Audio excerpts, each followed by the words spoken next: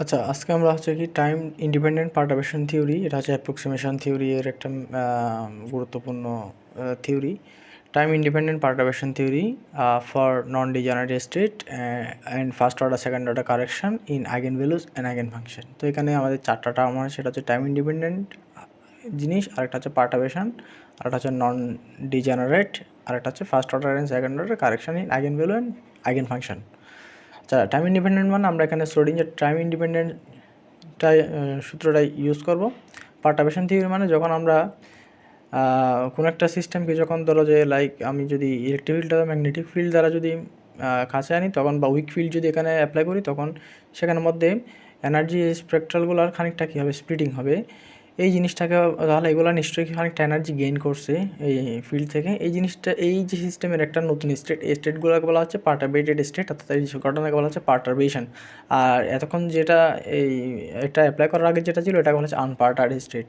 ঠিক আছে, তো আমাদের এই শ্রোডিঞ্জার ইকুয়েশনগুলো মূলত আনপার্টার্ড স্টেটের ক্ষেত্রে খাটে, কিন্তু আমাদের যখন পার্টাবেশন ঘটে তখন কিন্তু আমাদের এই ধরনের কিছু অ্যাপ্রক্সিমেশন নিয়ে আসতে হয়। এই ধরনের একটা আমরা অ্যাপ্রক্সিমেশন আমরা এখন ডেরাইভ করতে চাই, সেটা হচ্ছে কি টাইম ইন্ডিপেন্ডেন্ট পার্টাবেশন থিওরি, যেটাকে বলা হচ্ছে for non degenerate state. Non degenerate state মানে হচ্ছে কি, যেটার জন্য ধরো যে গ্রাউন্ড স্টেট হচ্ছে -13.6 ইলেকট্রন ভোল্ট। সো এই -13.6 ইলেকট্রন ভোল্টের জন্য শুধু গ্রাউন্ডেড স্টেটে আছে, আর কোনো স্টেট কিন্তু নাই। তাহলে আমরা বুঝতে পারলাম যে মানে একটা স্টেটের জন্য জাস্ট ওর আইগেন ভ্যালুস মানে এনার্জি মান একদম ফিক্সড, ওই জিনিসটাকে বলা হচ্ছে কি ওর জন্য নন ডিজেনারেটেড। আর তাইলে ডিজেনারেটেড কোথায় আছে? ডিজেনারেটেড আছে যেমন আমি যদি পিএক্স, পিওয়াই, পিজেড বলি, সমশক্তি সম্পন্ন অরবিটাল, এগুলো হচ্ছে কি ডিজেনারেটেড। সো আমরা বলতে পারবো কি নন ডিজেনারেটেডের ক্ষেত্রে জাস্ট কিন্তু আমাদের একটা স্টেটের জন্য একটা মাত্র আইগেন ভ্যালু হয়। ঠিক আছে, এরপর first order and second order correction, এই যে আমাদের খানিকটা এনার্জি বাড়তি ঘটলো, এই জিনিসটা মূলত আমরা ফার্স্ট অর্ডার এবং সেকেন্ড অর্ডার এনার্জি কারেকশন দ্বারা আমাদের যে আনপার্টার্ড স্টেট আছে সেখানের সাথে যোগ করে থাকি আর কি। আচ্ছা, এখন তাহলে আমরা প্রথমে কী করবো, আমরা হচ্ছে কি প্রথমে শ্রোডিঞ্জার এই যে পার্টাবেশন থিওরিটা আমরা এখন টাইম ইন্ডিপেন্ডেন্টের জন্য ডেরাইভ করতে যাচ্ছি। সো আমরা প্রথমের কাজ হচ্ছে কি আমাদের এই জিনিসটা লিখে নিই, মানে আমাদের জন্য যখন খুব একটা স্মল ডিস্টারবেন্স যখন অ্যাপ্লাইড হবে তখন এই থিওরিটা কাজ করবে। হ্যাঁ, এটা হচ্ছে একটা টাইম ইন্ডিপেন্ডেন্ট।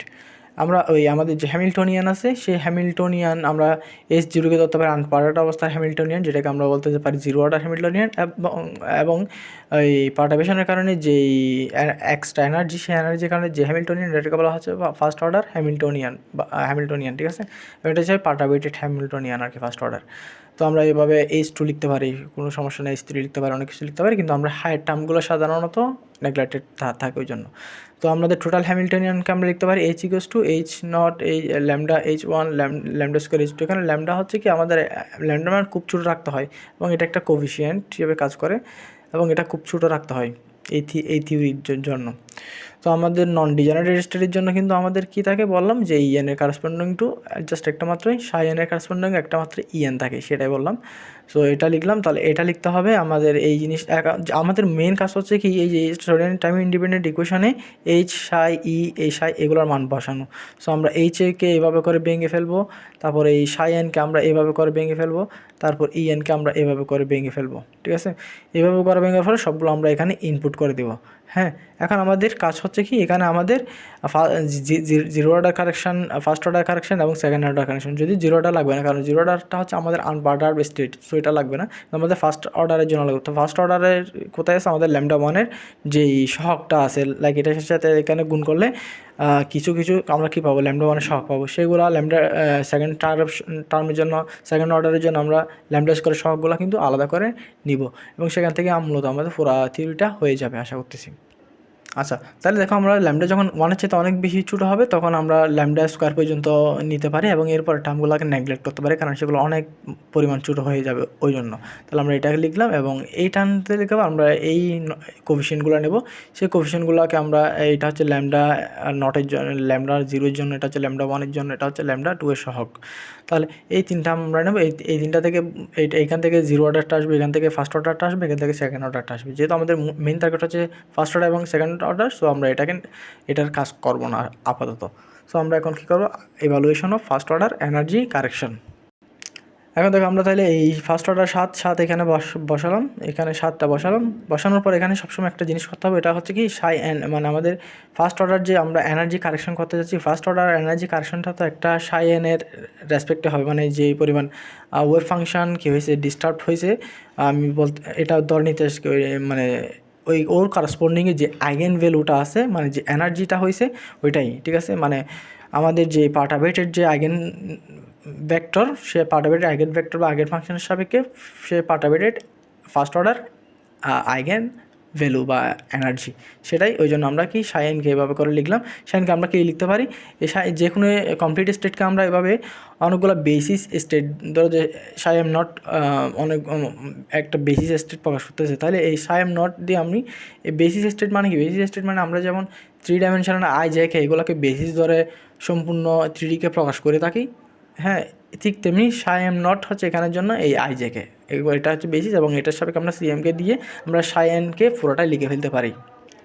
তাহলে এখানে আমাদের টার্গেট হচ্ছে কি ওয়ানটা বাইর করা, হ্যাঁ, ওয়ানটা বের করতে হবে। তাহলে আমরা এই সাই এন যেটা নিলাম, যেহেতু আমাদের এটা টার্গেট, সো বাকিগুলোর কাজ আমাদের ফুলফিল করার জন্য আমাদের এই যেটার মান আমরা এখানে বসাই দিব, হ্যাঁ, এখানে এটা পুরোটার মান আমরা বসাই দেবো। সাই এন নট আমাদের কিন্তু এটা যেহেতু গ্রাউন্ড স্টেটের, সো এটা আমাদের টিক থাকবে। আমরা মূলত সাই এন ওয়ানের জন্য জিনিসটা বসাই দিলাম, হ্যাঁ। বসানোর পর আমাদের ওয়ান হচ্ছে টার্গেটেড, সো আমরা এই বসানোর পরে এখন দেখো এই H not Sai am not এই জিনিসটা কিন্তু আমাদের এম নট সাই এম নটের সমান, হ্যাঁ, এটা হচ্ছে গ্রাউন্ড স্টেটে। সো আমরা সেটার মান এখানে বসাই দিব দিয়ে। সো এখানে যদি আমি পক্ষান্তর করি, তো এই জিনিসটা আমাদের আর থাকে, ঠিক আছে। আমাদের এইটা থাকবে আর এটা ওইদিকে পক্ষান্তর হয়ে এই জিনিসটা একটু থাকবে। এখন দেখো আমাদের এখানে এন ওয়ান দরকার, সো আমাদের এটাকে আমাদের ভেনিশ করতে হবে। এটাকে ভেনিশ করবো কেমন, এটাকে ভেনিশ করবার জন্য এটার একটা কমপ্লেক্স কনজুগেট দিতে হবে, এবং সেই সাথে একটা ইন্টিগ্রেশন দিতে হবে। কেন, এটার কমপ্লেক্স কনজুগেটের সাথে এটা এভাবে হয় আমাদের যেই অর্থোগোনাল অর্থোনর্মাল জিনিসটা যেটা আছে, সেটার মাধ্যমে কিন্তু কী হবে, ভেনিশ হবে, 1 অথবা 0 হবে। আসলে অর্থোনর্মাল মানে হচ্ছে আমাদের যখন আমাদের অর্থোনর্মাল হচ্ছে কি যখন নর্মালাইজ এবং অর্থোগোনাল দুটোটাই। এখন নর্মালাইজ মানে কি, নর্মালাইজ মানে হচ্ছে আমাদের ওই ওয়েভ ফাংশনটা সর্বোচ্চ মান যখন 1, ওই জিনিসটাকে বলতেছি আমরা হচ্ছে নর্মালাইজেশন, হ্যাঁ, মানে একটা ওটার স্কেলিং করলাম আমরা জাস্ট, ঠিক আছে। আর আমি তারপর বলবো কি অর্থোগোনাল মানে হচ্ছে যখন ওদের মধ্যে কোনো কম্পোনেন্টের মিল নাই, দুইটা ফাংশন বা দুইটা সাই আই সাই জে কখন অর্থোগোনাল হবে। অর্থোগোনাল মানে কি, অর্থোগোনাল মানে হচ্ছে তাদের মধ্যে কোনো কমন কম্পোনেন্ট নাই, অর্থাৎ তাদের ইনার প্রোডাক্ট বা ডট গুণন 0 হবে। কারণ ডট গুণন মিনিংই হচ্ছে কার সাথে কতটুকু মানে অ্যালাইন করে, ঠিক আছে। আই ভেক্টর বরাবর যে ভেক্টরের কতটুকু উপাংশ আছে সেই জিনিসটাই মিন করে। আচ্ছা, যাই হোক, তো এটা নিয়ে বলতে গেলে অনেক কথা, আপাতত আমরা একটুকুই বুঝি। তারপর আমাদের তাহলে এই জিনিসটা দিয়ে, এবং এটা মানে এখানে গুণ করে দিব, এইটা জাস্ট এখানে আগে গুণ হবে, ঠিক আছে। জাস্ট এই জায়গাগুলোতে গুণ হবে, এবং আমরা ইন্টিগ্রেটিং করব কী জন্য, আশা করি বুঝছো, আমাদের অর্থোগোনালের জিনিসটা দেওয়ার জন্য, যাতে আমাদের এখানে ইএনটাকে আলাদা করা যায়। তো আমরা এই জিনিসটা দিলাম। এই জিনিসটা দেওয়ার পরে আমাদের যেটা কাজ সেটা হচ্ছে যে ওয়ান, এখন দেখো এখানে আমরা এখানে এই জিনিসটা, তো এই am not equal to N, এই টার্মটা কেমনি 0 হয় তোমাকে একটু বলি। এখানে ধরো যে এম যদি এন সমান হয়, তখন আমরা বলতে পারি এটা 0 হয়ে যাবে, দ্যাট মিনস পুরো টার্মটা 0। অথবা যদি সমান না হয়, তখন কী হবে, যদি সমান না হয় এটার কারণে আমরা জানি এটা যদি এন নট ইকুয়াল টু যদি এম হয়, সেটা হচ্ছে কিন্তু আমাদের অর্থোগোনাল মানে কি, আমাদের জিনিসটা আসবে কত, 0। সেই জিনিসটাকে বলা হচ্ছে অর্থোগোনাল, অর্থাৎ আমাদের প্রবাবিলিটি হয় 0 না হয় 1। সেখানে 0-র জন্য যেই প্রবাবিলিটির জন্য যেই ব্যাখ্যা, সেটাই হচ্ছে এটা, এবং সেটাই হচ্ছে 0 হয়ে যাচ্ছে। তাহলে এটা অথবা এটার কারণে কিন্তু এই টার্মটা অবশ্যই 0 হয়ে যাবে, এবং বাকি থাকে আমাদের এই টার্মটা বাকি থাকে, আর এই টার্মটা বাকি থাকে। এখন দেখো এখানে এন আর এন, এখানে কিন্তু এটা কিন্তু আমাদের কত, এটা কিন্তু আমাদের 1ই হবে, ঠিক আছে। এর কারণে এন এবং এন কিন্তু মিল আছে, ওই জন্য আমাদের 1ই হবে। ওই জন্য তোমাকে আগে অপারেটর অধ্যায়ের চ্যাপ্টারের অর্থোগোনাল আর নর্মালাইজেশন দুটোটা ভালো করে জানতে হবে। আমরা কিন্তু এইচের কোনো কাজ করতে পারতেছি না, সো এইটা কিন্তু কী করে, আমরা এটা কিন্তু রেখে দিচ্ছি, এবং ওই ইটা এখানে আনলাম, আর এটা তো 0 হয়ে গেল। আচ্ছা, তাহলে আমরা এই জিনিসটাকে আমি লিখতে পারি হচ্ছে কি H1 এই এন, সো এটা লিখতে পারি এইভাবে EN। তাহলে এটা আমাদের হচ্ছে ফার্স্ট অর্ডার এনার্জি কারেকশান, এটা হচ্ছে কারেকশান। আমি পরে হয়তো টোটালটা নোটের সাথে যুক্ত করে ডাইরেক্ট ইটা পেয়ে যাব হয়তো পরে, ঠিক আছে। তাহলে this is first order energy correction. এখন হচ্ছে কি আমাদের evaluation of first order wave function. এখন আমাদের ওয়েভ ফাংশন মানে যেই ফার্স্ট অর্ডার যে ওয়েভ ফাংশনটা জেনারেট হলো আমাদের পার্টারবেশনের জন্য, সেই ওয়েভ ফাংশনটাকে আমরা এখন আনার ট্রাই করব। আচ্ছা, তাহলে এখন আমাদের হচ্ছে কি এগেইন আমাদের সেই আগের সেই 7 ইকুয়েশনটাই লাগবে, হ্যাঁ, 7 বা এইটা এগুলোর তো এখানে মান টান বসে আমরা কাজ টাজ করলাম, ঠিক না? সো এখান থেকে এখানে ডাইরেক্ট 7 এটাকে ডাইরেক্ট ডাবল নাম দিলাম, ঠিক আছে? এটা হচ্ছে আমাদের আগে যেটা করে আসলাম, জাস্ট কাজটাই সেম। এখন আমাদের দরকার হচ্ছে কি আমাদের সাই অ্যান্ড 1 দরকার। এখন আমরা দেখি আসলে সাই অ্যান্ড 1টা কেমনে আনা যায়। আচ্ছা, সাই এন ওয়ান হচ্ছে কি আমাদের বলে কি C M into Sai am not, হ্যাঁ, এভাবে মানে অসংখ্য এম এর সাপেক্ষে আমি সি এম কোফিশিয়েন্ট গুণ করলে এটা বলা হয় এক্সপানশন কোফিশিয়েন্ট, এটা গুণ করলে আমরা সাই এন ওয়ান পাচ্ছি। সো আমাদের এখানে টার্গেট হচ্ছে, যেহেতু এটা গ্রাউন্ড স্টেট সমস্যা নেই, কারণ আমাদের লাগবে হচ্ছে সাই এম, তাহলে এটাই নির্ণয় করা আমাদের জন্য এখন টার্গেট। এখন দেখো এই জিনিসটা আমরা এইখান থেকে নির্ণয় করতে হবে। সো এখানে সি এম কোথায় আছে? এই জায়গায়। এখন এইটাকে বেনিশ করে দিতে হবে কোনগুলোকে? এই জিনিসগুলোকে। সো এটার কনজুগেট নিয়ে আমরা কাজ করব এবং আমরা ইন্টিগ্রেশন করব, হ্যাঁ, কারণ ইন্টিগ্রেশন করা লাগতেছে আমাদের মূলত ওই অর্থোনর্মাল এবং অর্থোগোনাল এই জিনিসটা মিলানোর জন্য, নর্মালাইজেশন এবং অর্থোগোনাল মিলানোর জন্য। অর্থোনর্মাল হচ্ছে কি নর্মালাইজড এবং অর্থোগোনাল দুটোটাই যখন একসাথে হয় কোনো একটা ফাংশনের উপর, তখন সেটাকে বলা হচ্ছে অর্থোনর্মাল। যাই হোক, এখন তাহলে আমরা এটা জাস্ট ওইটার সাথে গুণ দিয়ে কী করে দেবো, আমরা ইন্টিগ্রেশন করে দিব। সো আমাদের এখান থেকে এই টার্মটা দেখো, এই টার্মের জন্য আমাদের লিখতে পারি যে আমাদের এই এখন এটা কিন্তু সেম। সো এটা হয়ে যাবে 1 এবং সিএম আমরা বলতে পারি ইন্টু এটা, আর এটা থাকবে আমরা M N one, M N one, আর এখানে আছে হচ্ছে কত আমাদের এই এম এন। সো এটা হয়ে যাবে কত আমাদের জন্য? 0। সো আমরা এই টার্মটা যদি একে পক্ষান্তর করি, তাহলে আমরা সিএমকে এভাবে লিখতে পারি। তাহলে সিএমের একটা ভ্যালু পাচ্ছি আমরা, এটা হচ্ছে সিএমের ভ্যালু, ঠিক আছে? আমরা এখানে এই এমকে এদিকে পক্ষান্তর করলে এন মাইনাস এম হয়, তারপর আমরা মাইনাস সাইনের জন্য এই কাজটা করলাম। তাহলে আমাদের সিএমের ভ্যালুটা আমরা এখানে বসাই দিব। বসাই দেওয়ার পর আমাদের সাইন বের হয়েছে। এটা হচ্ছে আমাদের first order wave function correction. এখন তাহলে আমরা ফার্স্ট অর্ডার এনার্জি করতে কাজ টু টোটাল ফার্স্ট, এটা হচ্ছে ফার্স্ট অর্ডার এনার্জি কারেকশন, এটা হচ্ছে টোটাল এনার্জি, এটা হচ্ছে কি ফার্স্ট অর্ডার ওয়েভ ফাংশন হচ্ছে এটা, আর টোটাল হচ্ছে এটা। এখন ঠিক সেমভাবে আমরা ইকুয়েশন 8 থেকে মূলত সেম সব কাজ আমরা ওই ইকুয়েশন 8 থেকে ফার্স্ট অর্ডার এনার্জিটা আনার ট্রাই করবো। First order second order energy, তাহলে আমাদের সেকেন্ড অর্ডার এনার্জিটা কোথায় আছে? এই জায়গায়। তাহলে আমাদের এই জায়গায় যে সেকেন্ড অর্ডার এনার্জিটা আছে, তাহলে এটার কী দ্বারা গুণ করতে হবে আমাদের? এটা যদি আমি আনতে যাই, তাহলে আমাদের এই জিনিসটাকে বেনিশ করতে হবে, যার কারণে আমাদের এই জিনিসটা দিয়ে কিন্তু গুণ করতে হবে, এই জিনিসটা, ঠিক আছে? এবং আমাদের সাই এন টু এভাবে ধরতে হবে, আমরা জিএম টু এভাবে ধরতে পারি। এটা হচ্ছে কি আমাদের ফাংশনের জন্য কাজে আসবে। সো আমরা এই জিনিসটাকে জাস্ট এইগুলোকে কী করবো? পক্ষান্তর করবো, ঠিক আছে? মানে আমরা টুগুলোকে করে নিলাম আর কি, ঠিক আছে? আর এইটারও তো আমরা জানি H1 নট M1 নট, এইগুলো তো আমরা আগেই জানি। সো এটা নিয়ে কোনো প্যারা নাই, এবং বাকিগুলো আমরা ঠিক বসাই দিব, ঠিক আছে?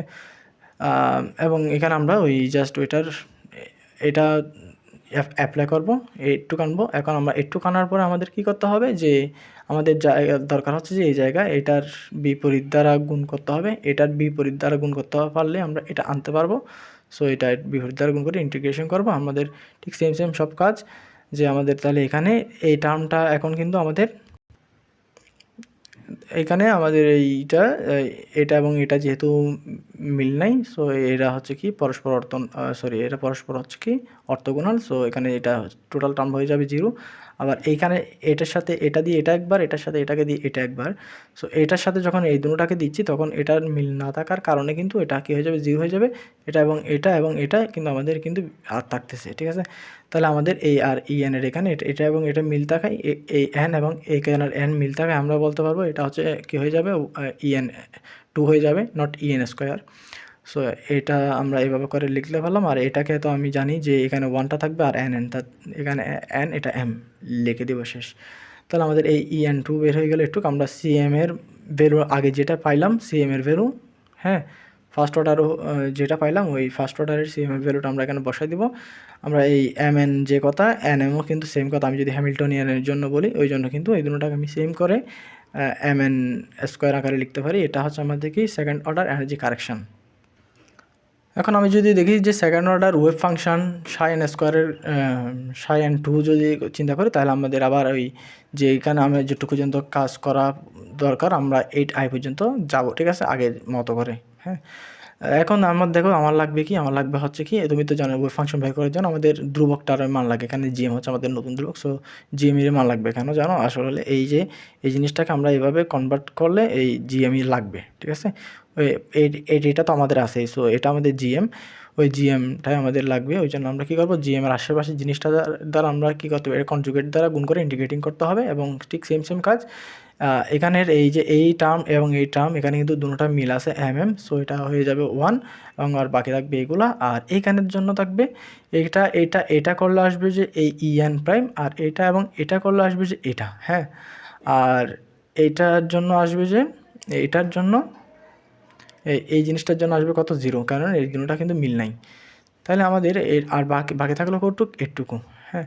তো আমাদের জিএম তো পক্ষান্তর করে সিএম ইএন এর এইখানে বসাই দিই, আর এইটাকে পুরাটাকে আমি 1 লিখতে পারি, আর এখানে এই জিনিসটাকে পক্ষান্তর করে ফেললাম। আর সিএম এর যেহেতু মান জানি, সিএম এর মান বসায় দেবো। আর সিএম এর মান বসায় দেওয়ার পর তো বাকিগুলো ইজি। আমাদের ই1 এর মান জানি, ই1 এর মানে কিন্তু আমরা পুট করে দেবো, হ্যাঁ? ই1 এর মান এটা হচ্ছে, ই1 এর মান পুট করে দিলাম, শেষ। এরপর আমাদের জিএম এর মান বসালো, আমাদের second order wave function correction শেষ। এটুক।